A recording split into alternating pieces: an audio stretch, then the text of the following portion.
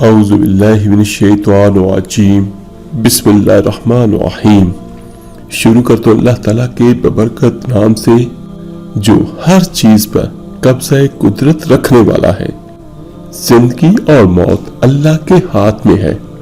میرے عزیز بھائیوں بہنوں اور بچوں، آج کی اس ویڈیو میں میں آپ کو قدرتی آفات سے بچنے کا بہت زبردست طریقہ اور وظیفہ بیان کروں گا۔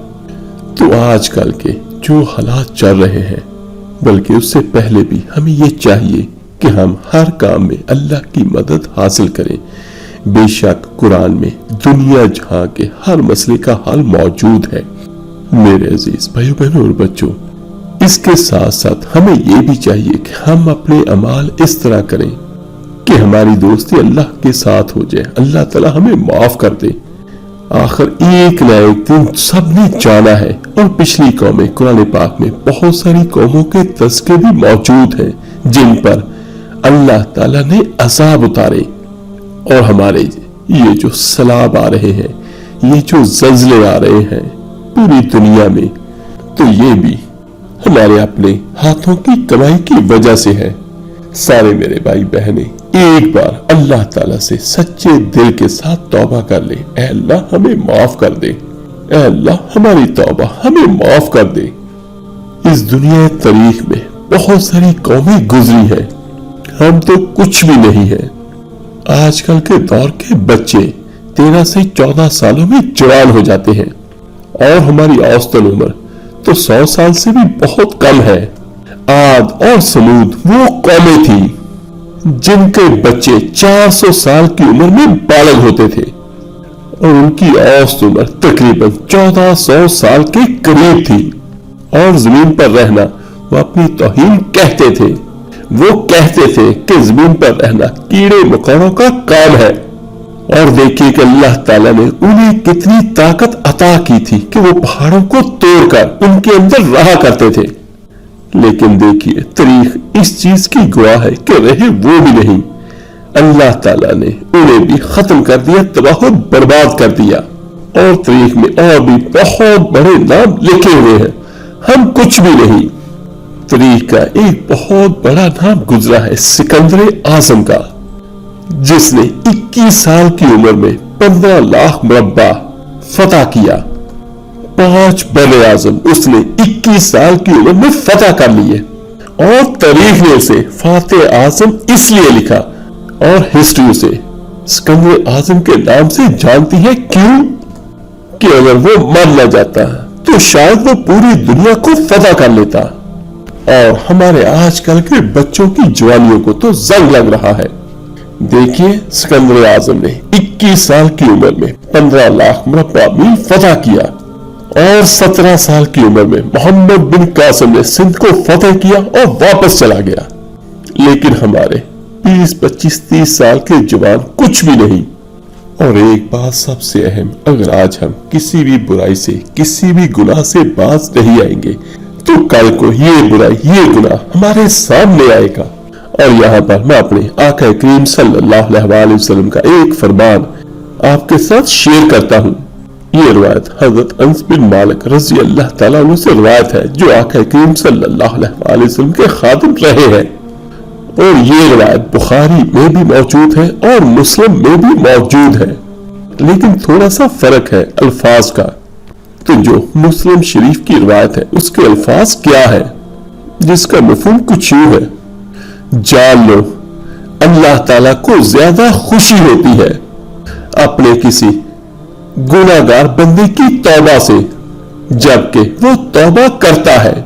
یہ دیکھیے کہ کس سے اللہ تعالیٰ کو زیادہ خوشی ہوتی ہے، کسی بندے کی توبہ کرنے سے۔ اور دیکھیے کہ خوشی کتنی ہوتی ہے، ایک ایسے شخص سے بھی بڑھ کے خوشی ہوتی ہے۔ ایک بندہ جو بہت ہی دور دراز اور سنسان علاقے میں سفر کر رہا تھا، اس کی سواری گم ہو گئی۔ ظاہری بات ہے جس پہ سفر کرتے تھے وہ لوگ تو اس پر ہی کھانا اور پانی بھی لگا ہوتا تھا، اسی سواری پر رکھا ہوا تھا کہ اچانک یہ بیٹھا، یہ سستانے لگا تھوڑی دیر کے لیے، اور اونگ آ گئی، اور اس کی وہ سواری وہ اونٹ غائب ہو گیا۔ جب آنکھ کھلی تو اس نے دیکھا